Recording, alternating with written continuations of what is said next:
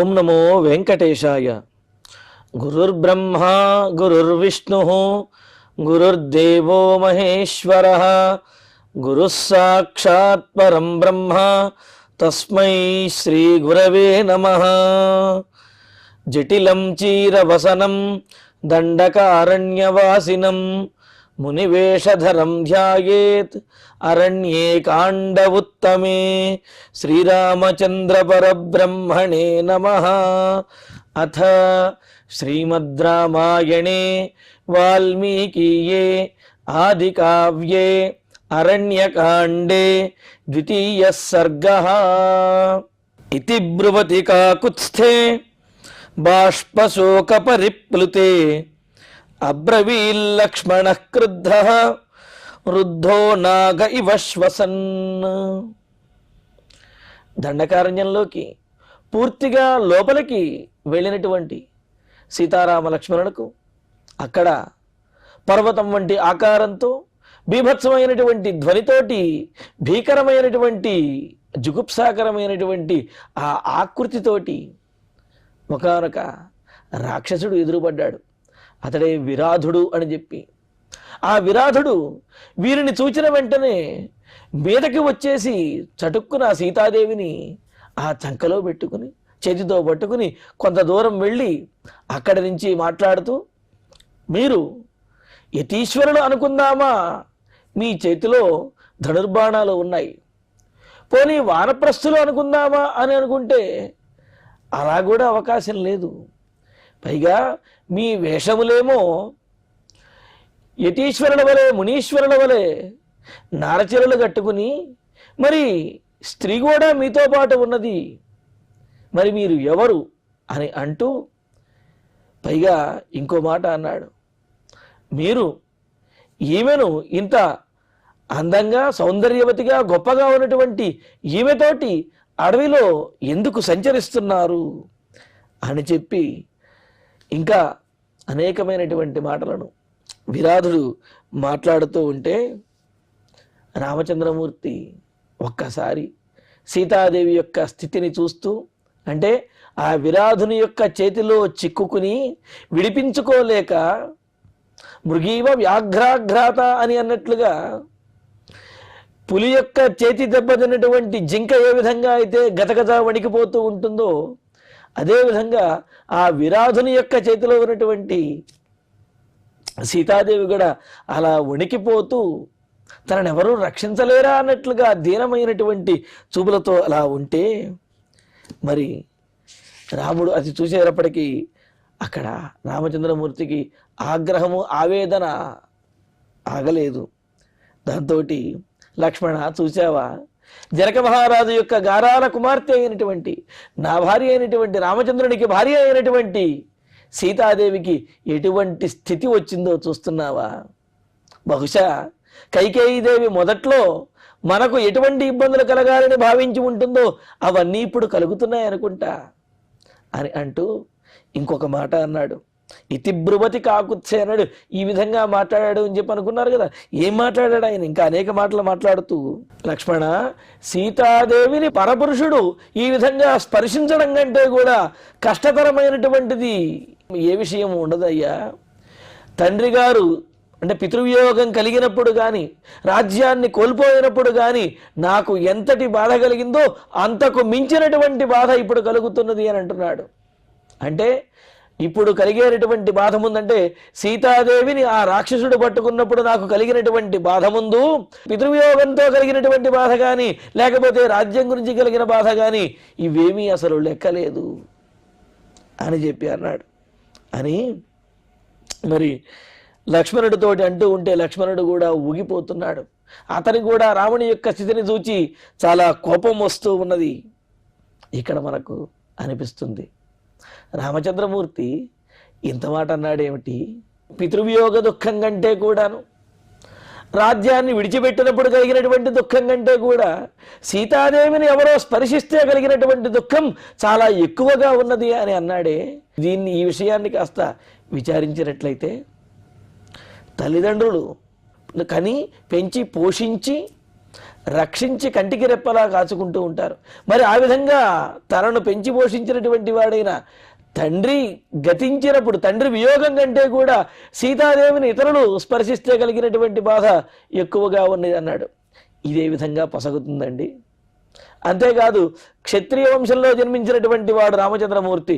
అతని యొక్క కర్తవ్యం ఏమిటి? రాజ్యాన్ని పరిపాలించడం, ప్రజలను పరిపాలించడం ఆయన యొక్క కర్తవ్యం. కనీస ధర్మం అన్నమాట అది. మరి తన క్షత్రియ ధర్మం ఏదైతే ఉందో దాన్ని విడిచిపెట్టినప్పుడు కూడా రామచంద్రమూర్తికి ఇంతటి బాధ కలగలేదు. మరి ఇప్పుడు మాత్రం సీతాదేవిని విరాధుడు పట్టుకున్నప్పుడు ఎక్కువ బాధ కలుగుతున్నది అని అంటే మరి రామచంద్రుడి మాటల్లో ఆంతర్యం ఏమిటి? అప్పటికంటే కూడా ఇప్పుడు ఎక్కువ బాధ కలగటానికి, అంతటి గొప్ప విషయంలో, తండ్రి విషయంలోనూ రాజ్యంలోనూ బాధ ఎక్కువగా కలగకపోవటానికి కారణం ఏమిటి అని అంటే ధర్మమే కారణము అని అంటున్నారు. ఏమిటి విషయము అంటే, తండ్రిని రామచంద్రమూర్తి విడిచి వచ్చే సందర్భంలో తండ్రి యొక్క అనుజ్ఞే అక్కడ ప్రమాణం. విడిచి రావడం రాముడికి మాత్రం ఇష్టమా? కానీ తండ్రి యొక్క మాట నిలబెట్టడం కోసం, తండ్రి ధర్మాన్ని కాపాడడం కోసం ఆయన తండ్రిని విడిచి వచ్చాడు. కావున అక్కడ తండ్రిని విడవటం వల్ల అధర్మ దోషం అనేది రాముడికి లేనే లేదు. ఎందుకంటే ధర్మము కోసము, తండ్రి మాట కోసము, ఆయన యొక్క అనుజ్ఞతోటి రాముడు ఆయనను విడిచి వచ్చాడు. కావున తండ్రిని విడిచి వచ్చినప్పుడు ఆయనకి, రామచంద్రమూర్తికి అధర్మ దోషం అనేది ఏమాత్రము లేదు. మరి రాజ్యాన్ని పరిపాలించాలి కదండి, అది రాజు యొక్క కర్తవ్యం కదా. అంటే ఏమిటి పరిపాలన అని అంటే ప్రజల యొక్క ఆపదలను తొలగించటము పరిపాలన, ప్రజలకు అనుకూలమైనటువంటి వాతావరణాన్ని కలిగించడము పరిపాలన అని అన్నారు. మరి అటువంటి పరిపాలన రాజ్యంలోనూ చేయవచ్చును. అలాగే ఈ అడవిలోకి వచ్చినప్పటికీ కూడా తనని నమ్ముకున్నటువంటి, తన మీద ఆశ పెట్టుకున్నటువంటి ఈ మునులందరినీ కూడా కాపాడడం ద్వారా, మునులను ఇబ్బంది పెట్టే రాక్షసుల్ని సంహరించడం ద్వారా కూడా ఇక్కడ కూడా పరిపాలనను చేయవచ్చును. కావున ఇక్కడ అయోధ్య నగరాన్ని విడిచి అడవిలోకి రావడం ద్వారా కూడా, అంటే రాజ్యాన్ని విడవటం ద్వారా కూడా అధర్మ దోషమేమీ లేదు. ఎందుకంటే అక్కడ చేసేటటువంటి పరిపాలన ఇక్కడ చేయవచ్చు. కావున కాబట్టి తండ్రిని విడిచినప్పుడు కానీ, రాజ్యాన్ని విడిచి వచ్చేసినప్పుడు కానీ అవి అంత బాధ పెట్టలేదు రామచంద్రమూర్తిని. ఎందుకంటే అక్కడ అధర్మ దోషం అనేది ఏమాత్రము లేదు. ధర్మము కోసమే రాముడు తండ్రిని, రాజ్యాన్ని విడిచిపెట్టి వచ్చేశాడు. మరి ఇక్కడో సీతాదేవిని కాపాడవలసినటువంటి బాధ్యత పూర్తిగా రామచంద్రమూర్తిది. ఎందుకు అంటే ఆమె వనవాసానికి రావలసినటువంటి అవసరం లేకపోయినప్పటికీ తన భర్తను తాను అనుసరించి రావాలి అనే తన పతివ్రత ధర్మాన్ని విడవకుండా రాజభోగాలను, అంతఃపురాలను అన్నింటినీ విడిచిపెట్టేసి రామచంద్రుని నమ్ముకుని ఆయనతో పాటు వచ్చేసింది. పైగా వచ్చేటప్పుడు ఒక మాట కూడా అన్నది. ఏమని? రాముడు అంటాడు కదా, అడవిలో అనేకమైనటువంటి రాక్షసులు, అదేవిధంగా జంతువులు ఉంటాయి, అవన్నీ నువ్వు తట్టుకోలేవు సీత, భరించలేవు అని అంటే, మీరు నా పక్కన ఉండగా అవన్నీ కూడా నేమీ చెయ్యలేవు అని ఎంతో నమ్మకంతో రాముణ్ణి ఆశ్రయించి వచ్చినటువంటిది. అందులోనూ భార్య కదా ఈమె. మరి భార్యను కాపాడవలసినటువంటి పరిపూర్ణమైనటువంటి బాధ్యత భర్తకే ఉన్నది. కావున ఇక్కడ కనుక ఈమెను కాపాడలేకపోతే, ఈమెకి ఏదైనా ఆపద కనుక కలిగినట్లయితే అధర్మం అనేది రాముడిని పట్టి పీడిస్తుంది, అధర్మ దోషం అనేది రాముడికి కలుగుతుంది. అందుకని ఈ అధర్మం అనేది ఇక్కడ తన మీద ఆవరిస్తున్నది, తాను ఆచరించవలసినటువంటి ధర్మాన్ని ఆచరించలేకపోయాను అని చెప్పి రాముడికి ఆవేదన ఎక్కువ కలిగింది. అందుకని ఆ మాట అనేశాడు, పితృవియోగాత్ సౌమిత్రే స్వరాజ్య హరణాత్తదా అని చెప్పి అంటూ, తండ్రికి దూరమైనప్పుడు కానీ, రాజ్యాన్ని కోల్పోయినప్పుడు కానీ నాకు ఇటువంటి బాధ కలగలేదు. కానీ సీతాదేవిని ఆ విరాధుడు పట్టుకున్నప్పటికీ నాకు భరించలేనంతటి బాధ కలుగుతున్నది అని చెప్పి లక్ష్మణుడితో అనేటప్పటికీ లక్ష్మణుడు ఎలా ఉన్నాడు? వృద్ధ నాగయువశ్వసన్, బంధించినటువంటి పాము ఏ విధంగా అయితే బుసలు కొడుతూ ఒక్క అవకాశం దొరికినా సరే వెంటనే మీదకు దాడి చేయడానికి సిద్ధమవుతుందో, అదేవిధంగా రాముడి దగ్గర ఉన్నటువంటి లక్ష్మణుడు రాముడి మాటను చూచేటప్పటికీ, రాముడికి కలిగినటువంటి దుఃఖాన్ని చూచేటప్పటికీ, అసలే లక్ష్మణుడు ఏదైనా ఇబ్బందికర పరిస్థితి వచ్చిందంటే కోపాన్ని తెచ్చుకుంటాడు. అటువంటిది రామచంద్రుడికి ఇబ్బందికరమైనటువంటి పరిస్థితి రాముడు శోకాన్ని పొందేటటువంటి స్థితి వచ్చింది అని అంటే లక్ష్మణుడికి కలిగేటటువంటి ఆగ్రహం అంతా ఇంతా కాదు. భృకుటిర్ లక్ష్మణస్యేష నియతీవ వ్యవస్థిత అన్నట్లుగా, త్రైలోక్యం దగ్ధుకామేవా అని అన్నట్లుగా ముల్లోకాలను దహించి వేసేంతటిగా మరి ఆ లక్ష్మణుని యొక్క భృకుటి ముడతబడి కళ్ళు ఎర్రబడి అలా చూస్తూ ఉన్నాడు. రామచంద్రుని యొక్క స్థితి చూసేటప్పటికీ మరింత ఆగ్రహం కలిగింది. దీనినే పరదుఃఖ అసహిష్ణుత్వం అని అంటారు. ఇతరులకు ఏదైనా దుఃఖం కలిగినట్లయితే దాన్ని సహించలేకపోవటము, ఆ దుఃఖము తమకే కలిగింది అని చెప్పి అంతటి బాధను పొందటము. అందులోనూ రాముడికి దుఃఖం కలిగింది అంటే లక్ష్మణుడికి ఎంతో బాధ. తనకు దుఃఖం కలిగినప్పుడు కలగనంత బాధ రాముడికి దుఃఖం కలిగితే లక్ష్మణుడికి కలుగుతుంది.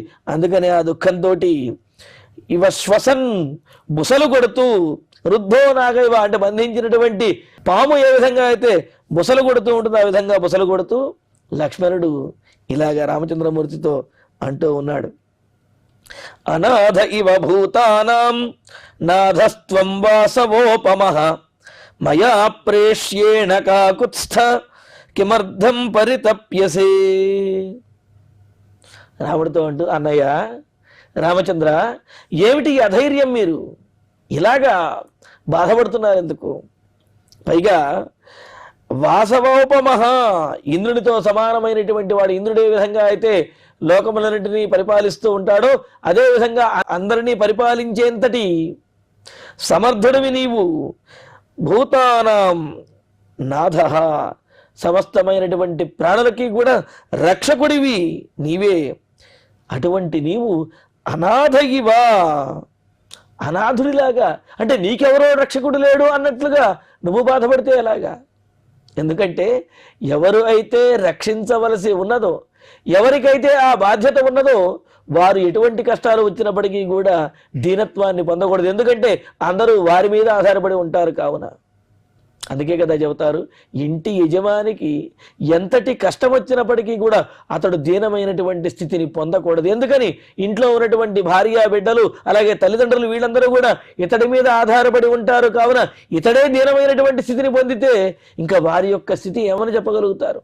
వారు ఇంకెంత బాధపడతారు. కావున అందరికీ కూడా రక్షకుడు అయినటువంటి పాలకుడు అయినటువంటి నీవే రక్షణ కోల్పోయినట్లుగా, నీకెవడు రక్షణ కల్పించేవాడు లేడు అన్నట్లుగా ఇలా బాధపడితే ఏమిటిది? ఇది సముచితం కాదు. పైగా ప్రేష్యేణ మయా సహితోపి, నీకు సేవకుడైనటువంటి నేను నీ పక్కనే ఉండగా నువ్వు అంతగా బాధపడటం ఏంటన్నయ్యా? నీకు ఏదైనా బాధ కలిగితే, ఏదైనా అనిపిస్తే వెంటనే నాకు చెప్పాలి, ఆజ్ఞాపిస్తే నేను దాన్ని నెరవేర్చుతాను. అటువంటిది దాసుడమైనటువంటి నేను నీ పక్కనే ఉండగా నువ్వు ఈ విధంగా బాధపడుతున్నావేమిటి అని చెప్పి లక్ష్మణస్వామి రామచంద్రమూర్తితోటి అంటూ, నీవు బాధపడవద్దు, నేను నీ పక్కనే నేను ఉన్నాను కదా నీ సేవకుడిని అని అంటున్నాడు. మరి ఇక్కడ ఈ మాటలలో, లక్ష్మణుని యొక్క మాటలలో అంతరార్థం చాలా గొప్పగా ఉంటుంది. ఆయన ఆ సందర్భానుగుణంగా రామచంద్రమూర్తిని ఓదార్చుతున్నట్లుగా మాట్లాడినట్లు ఉన్నప్పటికీ కూడా, కానీ ఆ మాటలలో సరస్వతీదేవి పలికించినటువంటి ఆ అంతరార్థం అనేది చాలా గొప్పగా ఉంటుంది. ఏమంటున్నారు చూడండి, భూతానాం నాథః, సమస్తమైనటువంటి లోకములకు ప్రాణులకి కూడా నీవే నాథుడవు. వాసవోపమః అని అన్నాడు. ఇంతకుముందు ఏమనుకున్నాం? ఇంద్రుడిలాగా, ఇంద్రుడి వలే అని అనుకున్నాం. కానీ ఇక్కడ వాసవోపమః అని అంటే వాసవః ఉపమీయతే అనేన అని చెప్పినట్లుగా ఇంద్రుడు ఎవరితో పోల్చబడతాడో అటువంటి వాడివి అని అన్నారు. ఇంద్రుడు ఎవరితో పోల్స్తారు? ఇంద్రుడిని గొప్పగా పొగడాలి అంటే మహావిష్ణువుతో పోల్చుతారు. కావున వాసవోపమః అంటే నీవు మహావిష్ణువువి. అటువంటి నీవు ఈ విధమైనటువంటి దీనస్థితిని పొందితే ఎలాగా అని అంటూ, వాసవోపమః, ఇంద్రుడు ఎవరితో అయితే పోల్చబడతాడో అటువంటి వాడివైన నువ్వు మహావిష్ణువు, మహావిష్ణువుతో సమానమైనటువంటి వాడివి, సాక్షాత్తు మహావిష్ణువే అయినా నీవు అనాథ ఇవా, నాథుడు అయినటువంటి నీవు నాథుడివి కానట్లుగా, అంటే మమ్మల్ని అందరినీ రక్షించి మమ్మల్ని అందరినీ కూడా పరిపాలించవలసినటువంటి నీవు పరిపాలకుడు కానట్లుగా నువ్వు ఈ విధంగా బాధపడుతూ ఉన్నావు అంటే కిమర్థం పరితప్యసే, ఎందుకు నీ విధంగా బాధపడుతున్నావు? పైగా ప్రేష్యేణ, దాసుడనైనటువంటి నేను దాసుడు అంటే శేషుడు అనే అర్థం కూడా ఉన్నది. కావున శేషుడినైనటువంటి నేను సర్వకాల సర్వదేశ సర్వావస్థల యందు కూడా నీతోటే ఉండేటటువంటి నేను నీ పక్కన ఉండగా నీవు సామాన్యుడిలాగా రక్షకుడు ఎవరో లేరన్నట్టుగా, నువ్వే రక్షకుడు అయ్యుండి నీకు రక్షకుడు ఎవరో లేరన్నట్టుగా నువ్వు ఈ విధంగా బాధపడుతూ ఉన్నావే, ఇదేమైనా సముచితమా? నీవు పరమాత్మ అనే విషయం నాకు తెలుసు అని అన్నట్లుగా. అంటే ఏమిటి? నువ్వు విష్ణువుతో సమానమైన వాడివి, నేను శేషుడిని, మరి మనిద్దరం ఉండగా నీ పక్కన నేను ఉండగా నీవు ఈ విధంగా దీనమైన స్థితితోటి మాట్లాడటం ఇది సముచితము కాదు అని అంటున్నాడు. అంటే ఇక్కడ లక్ష్మణుడు కూడా పరమాత్మ యొక్క తత్వాన్ని ఎరిగినటువంటి వాడు అనే విషయం తెలుస్తున్నది. ఇటువంటి సన్నివేశం మనకు బాలకాండలో కూడా విశ్వామిత్ర మహర్షి చెబుతాడు కదా. దశరథ మహారాజు రాముడిని విశ్వామిత్రుడితో పంపించడానికి ఒప్పుకోకుండా రాముడి గురించి భయపడుతూ ఉంటే అప్పుడు ఏమని అంటాడు? అహం వేద్మి మహాత్మానం రామం సత్యపరాక్రమం వశిష్ఠోపి మహాతేజా ఏచేమే తపసి స్థితా అని అంటూ, రాముడి గురించి నాకు తెలుసయ్యా, మహాత్మానం, ఆయనను మించినటువంటి వాడు ఈ లోకంలో ఎవరూ లేరు. కాబట్టి అటువంటి పరమాత్మతత్వమైనటువంటి రాముడి గురించి, మహావిష్ణు స్వరూపుడైనటువంటి రాముడి గురించి నాకు తెలుసు అని చెప్పి విశ్వామిత్రుడు చెప్పాడు. వశిష్ఠ మహర్షికి కూడా తెలుసు అని చెప్పి అన్నాడు. అదేవిధంగా మరి సీతారామ కళ్యాణం జరిగి మరలా అయోధ్య నగరానికి వాళ్ళు వెళ్ళేటటువంటి సందర్భంలో పరశురాముడు వస్తాడు. పరశురాముడు వచ్చి ఆ వైష్ణవ ధనస్సుని ధరించమన్నప్పుడు వైష్ణవ ధనస్సుతో పాటుగా ఆయనలో ఉన్నటువంటి ఆ వైష్ణవ మాయను కూడా రామచంద్రమూర్తి గ్రహించేస్తాడు కదా. అప్పుడు ఆ గర్వభంగమైనటువంటి పరశురాముడు త్వయా త్రైలోక్యనాథేన యదహం విముఖీకృత, ముల్లోకాలకి కూడా నాథులమైనటువంటి నీ చేతిలో నేను ఓడిపోయానయ్యా, కావున నేను ఓడిపోయినట్లు కాదు అని అన్నాడు. ఎందుకంటే నీ మీద గెలవటం అనేది ఎవరికి సాధ్యము కాదు, సాధ్యము కాని విషయంలో నేను గెలవలేను అని చెప్పి ఇప్పుడు బాధ నాకేమీ లేనే లేదు, కావున నీ చేతిలో ఓడిపోయినటువంటి నేను ధన్యుడని అని అక్కడ పరశురాముడు కూడా రాముని యొక్క ఆ తత్వాన్ని, పరమాత్మ తత్వాన్ని చెబుతాడు. అంటే వారు ఆ సందర్భాల్లో గ్రహించారన్నమాట. అదేవిధంగా ఇక్కడ లక్ష్మణస్వామి కూడా రాముని యొక్క ఆ శక్తి సామర్థ్యములు, ఆయన మహావిష్ణువు అనే విషయాన్ని సాక్షాత్తుగా చెప్పకపోయినా ఆయన మాటలలో ఆ ఆంతర్యము ఆ విధంగా తొంగి చూస్తున్నది, ఆ విధంగా ప్రస్ఫుటం అవుతూ ఉన్నదన్నమాట. ఆ విధంగా లక్ష్మణుడు రామచంద్రమూర్తిని ఓదార్చుతూ అంటున్నాడు, శరేణ నిహతస్యాద్య మయా క్రుద్ధేన రక్షసః విరాధస్య గతాశోర్హి మహీపాస్యతి శోణితం. ఇక్కడ సేవకుడు అయినటువంటి నీవు ఏం చేస్తావయ్యా లక్ష్మణ?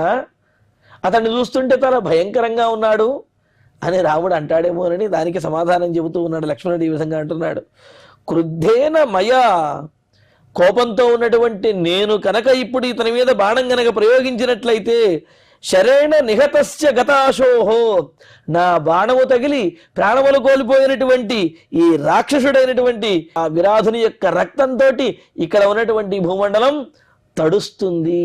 అంటే కోపంతో ఉన్నటువంటి నేను గనక బాణం ప్రయోగించాను అంటే ఆ విరాధుడికి మరణం తథ్యము.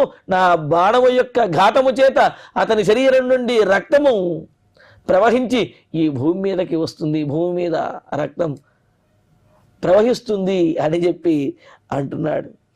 ఎందుకు అంటే ఇక్కడ అంటే లక్ష్మణునికి కూడా కలిగినటువంటి కోపం అంత తీవ్రంగా ఉన్నదనే విషయాన్ని ఇక్కడ తెలియజేస్తున్నాడు.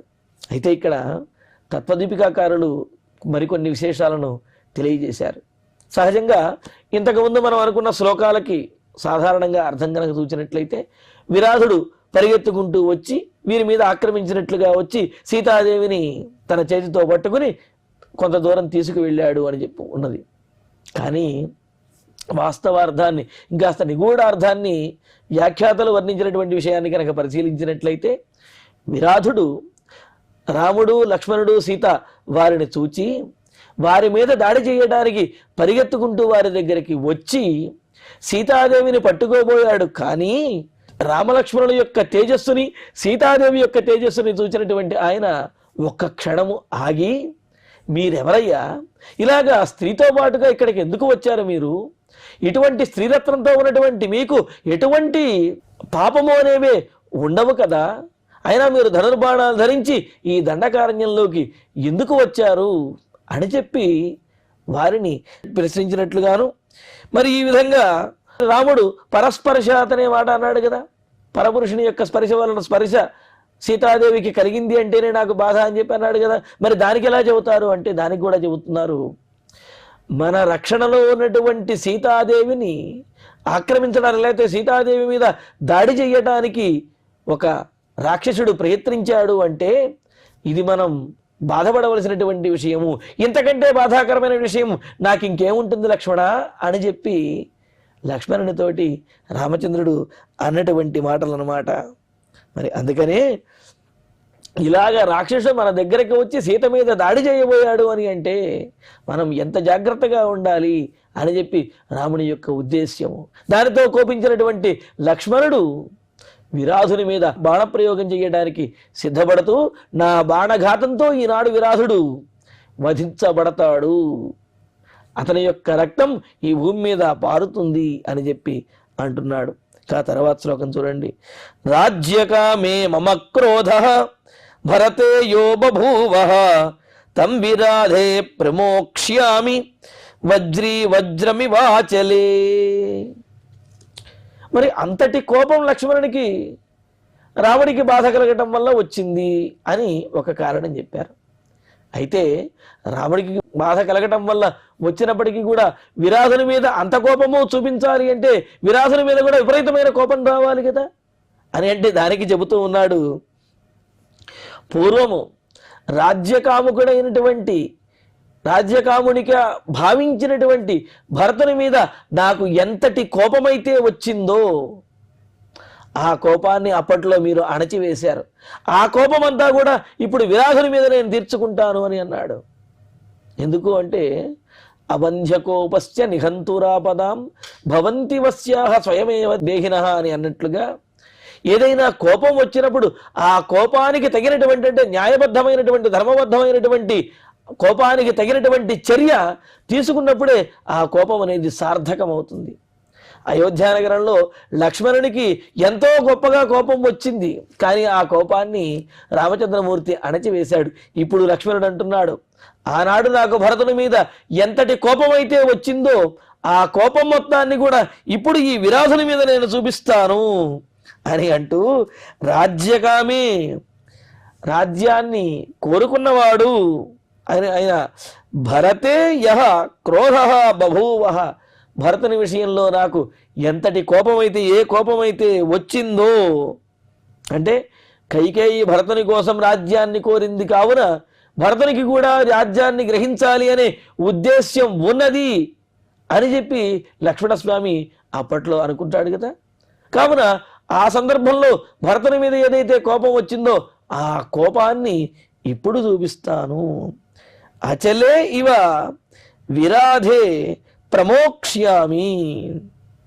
దానికి చిన్న ఉదాహరణ కూడా చెబుతూ ఇంద్రుడు తన వజ్రాయుధాన్ని పర్వతముల మీద ప్రయోగించి వాటి యొక్క రెక్కలను నరికినట్లుగా, అంటే లోకంలో ఈ పర్వతముల వల్ల రెక్కలతోటి పర్వతములు ఎగురుతూ అక్కడక్కడ వాలుతూ ఉంటే నగరములు అదేవిధంగా రాష్ట్రములు ఆ దేశములన్నీ కూడా నశించిపోతున్నాయని ప్రజలకు ఇబ్బంది కలుగుతుంది అనే ఉద్దేశంతో కోపించినటువంటి ఇంద్రుడు తన వజ్రాయుధంతో పర్వతముల యొక్క రెక్కలను ఏ విధంగా నరికివేశాడో అదేవిధంగా మిమ్మల్ని ఇబ్బంది పెట్టి సీతాదేవి మీద దాడి చేసినటువంటి ఈ విరాధుణ్ణి నా బాణ పరంపరలతోటి వధించేస్తాను, ఆ విరాధుడి మీద నా కోపాన్ని చూపిస్తాను అని అంటున్నాడు. మరి ఇక్కడ రాజ్యాపహారులు అని చెప్పి ఒక పక్కన కైకేయిని మరి ఒక పక్కన భరతుణ్ణి కూడా అంటూ ఉన్నారు. కానీ రాముడు అయోధ్యానగరం నుంచి చిత్రకూట పర్వతానికి వచ్చేసిన తర్వాత ఆ చిత్రకూటం దగ్గరికి భరతుడు తన తల్లులతోటి తన పరివారంతో వచ్చి ఈ రాజ్యము నాది కాదు, ఈ రాజ్యము నీదే, నీవే గ్రహించాలి అని చెప్పి భరతుడు ప్రార్థించారు. ఆ తల్లులు కూడా అదే మాటను చెప్పారు కదా. మరి అలా చెప్పిన తర్వాత ఇప్పుడు లక్ష్మణుడి వల్ల భరతుడు రాజ్యాన్ని కోరుకున్నటువంటి వాడైన భరతుని మీద ఎంత కోపం ఉన్నదో అని చెప్పి లక్ష్మణుడు అంటాము. మరి అంతకుముందేమో రాముడు కైకేయీదేవి మన మీద ఏ విధమైన కోపాన్ని పెట్టుకుందో అదంతా కూడా ఇప్పుడు జరుగుతున్నదని చెప్పి రాముడు అనడము. మరి వీటిలో ఔచిత్యం ఏమిటండి అని అంటే, చిత్రకూటానికి వచ్చినప్పుడు కైకేయి కానీ భరతుడు కానీ వాళ్ళు స్వచ్ఛమైనటువంటి మనస్సుతో రాజ్యము రాముడికి ఇవ్వాలి అనే ఉద్దేశంతో, రాముడికే దక్కాలి అనే ఉద్దేశంతో వచ్చారు. ఆ విషయంలో సందేహం లేదు. కానీ మందర బోధించినప్పుడు కైకేయి మనస్సులో ఏ భావన అయితే ఉన్నదో అది ఏమిటి, రాముడు వనవాసానికి వెళ్ళాలి, భరతుడికే రాజ్యము దక్కాలి అనే భావన ఏదైతే ఉన్నదో ఆ భావనను దృష్టిలో పెట్టుకుని అప్పుడు ఆ విధమైనటువంటి భావన ఏదైతే ఉన్నదో అది ఇప్పుడు సిద్ధించింది. ఆమె తర్వాత మారినప్పటికీ మొదట్లో కలిగినటువంటి భావన ఏదైతే ఉందో అది ఇప్పుడు ఈ విధంగా సిద్ధిస్తున్నది అనే మాటను అంటే ఆ బాధలో రామచంద్రమూర్తి ఆ విధంగా కైకేయి విషయంలో మాట్లాడాడు. మరి లక్ష్మణుడు కూడా భరతునికి కూడా రాజ్యాన్ని పొందాలనే కోరిక ఉండడం వలనే కైకేయి ఈ విధంగా అడిగింది అనే భావనతో అప్పుడు ఏ కోపం అయితే వచ్చిందో భరతుని మీద ఆ కోపాన్ని ఇప్పుడు విరాధుని మీద చూపిస్తాను అని అంటున్నాడు. అంతేగాని ఇప్పుడు భరతునికి ఆ ఉద్దేశం ఉన్నది అని అంటలేదు. పూర్వం భరతునికి ఆ ఉద్దేశం ఉన్నది అని అనుకున్నప్పుడు ఏ కోపం అయితే కలిగిందో ఆ కోపాన్ని విరాధుని మీద చూపిస్తాను అని చెప్పి అంటున్నాడు. పైగా మానవ సహజమైనటువంటిది, ఎంతటి గొప్పవాడైనప్పటికీ కూడా తనకు అపకారం చేసినటువంటి వారి విషయంలో సానుకూలంగా ఉండేవాడు అయినప్పటికీ కూడా ఒకానొక సందర్భంలో చాలా ఇబ్బందికరమైనటువంటి పరిస్థితుల్లో, ప్రాణాపాయ పరిస్థితుల్లో కానీ అటువంటి స్థితిలో తనకు అపకారం చేసినటువంటి వారిని ఒకంత నిందించడం అనేది సహజం, మానవ సహజము అనే విషయాన్ని మనకు తెలియజేస్తూనే ఈ విధంగా రాముడు కానీ లక్ష్మణుడు కానీ ఇటువంటి మాటలను మాట్లాడుతూ ఉన్నారన్నమాట. పైగా వారు ఇప్పుడు భరతుడు కానీ కైకేయి కానీ దోషభూయిష్టమైనటువంటి భావన కలిగి ఉన్నారు అని అంటలేదు. పూర్వం వారికి ఆ భావన కలిగింది, అప్పుడు కలిగినటువంటి కోపాన్ని తలుచుకుంటూ ఉన్నారు. ఇంకా మమ భుజబల వేగ వేగిత పతతు శరోస్య మహాన్ మహోరసి వ్యపనయతు తనోశ్చ జీవితం పతతు తతః సమహీం విఘూర్ణితః. మమ భుజబల వేగ వేగితః పతతు శరోస్య మహాన్ మహోరసి వ్యపనయతు తనోశ్చ జీవితం పతతు తతః సమహీం విఘూర్ణితః. మరి లక్ష్మణుడు అంటున్నాడు, నా శరాఘాతంతో, నా భుజబలము యొక్క వేగంతో ఆ శరము అమితమైనటువంటి వేగంతో వెళ్ళి విరాధుని యొక్క వక్షస్థలాన్ని చీల్చివేస్తుంది. అలా నా బాణఘాతంతో వక్షస్థలం చీల్చబడినటువంటి ఆ విరాధుడు గిరగిర తిరుగుతూ ఈ భూమి మీద పడి ప్రాణములు కోల్పోతాడు. నా శరము అతని యొక్క శరీరానికి తగిలిందా అతని యొక్క ప్రాణములు పోతాయి అని ఈ విధంగా కోప్పడుతూ ఎంతో క్రోధంతో ఊగిపోతూ లక్ష్మణుడు విరాధుని మీద బాణప్రయోగం చేయడానికి సిద్ధపడుతూ ఉన్నాడు. దీనితోటి మనకు ఈ సర్గ పూర్తవుతున్నది. ఇక ఇప్పుడు ఈ శ్లోకాలను పారాయణం చేసుకుందాము. ఇతి బ్రువతి కాకుత్స్థే బాష్పశోక పరిప్లుతే అబ్రవీల్లక్ష్మణ క్రుద్ధ రుద్ధో నాగ ఇవ శ్వసన్ అనాథ ఇవ భూతానాం నాథస్త్వం వాసవోపమః మయా ప్రేష్యేణ కాకుత్స్థ కిమర్థం పరితప్యసే శరేణ నిహతస్యాద్య మయా క్రుద్ధేన రక్షసః విరాధస్య గతాశోర్హి మహీపాస్యతి శోణితం రాజ్యకామే మమ క్రోధః భరతే యో బభూవః తం విరాధే ప్రమోక్ష్యామి వజ్రీ వజ్రమివాచలే మమ భుజబల వేగ వేగితః పతతు శరోస్య మహాన్ మహోరసి వ్యపనయతు తనోశ్చ జీవితం పతతు తతః సమహీం విఘూర్ణితః. ఇత్యార్షే శ్రీమద్ రామాయణే అరణ్యకాండే 2వ సర్గః. ఇప్పుడు క్షమాప్రార్థన మంగళాంతంగా ఈనాటి కార్యక్రమాన్ని పరిపూర్ణం చేసుకుందాము. అధ క్షమా ప్రార్థన యదక్షరపదభ్రష్టం మాత్రాహీనం చ యద్భవేత్ తత్సర్వం క్షమ్యతాం దేవ నారాయణ నమోస్తుతే. కాయేన వాచా మనసేంద్రియైర్వా బుద్ధ్యాత్మనా వా ప్రకృతే స్వభావాత్ కరోమి యద్యత్ సకలం వరస్మై నారాయణాయేతి సమర్పయామి. శ్రియః కాంతాయ కళ్యాణ నిధయేర్థినాం శ్రీవేంకట నివాసాయ శ్రీనివాసాయ మంగళం.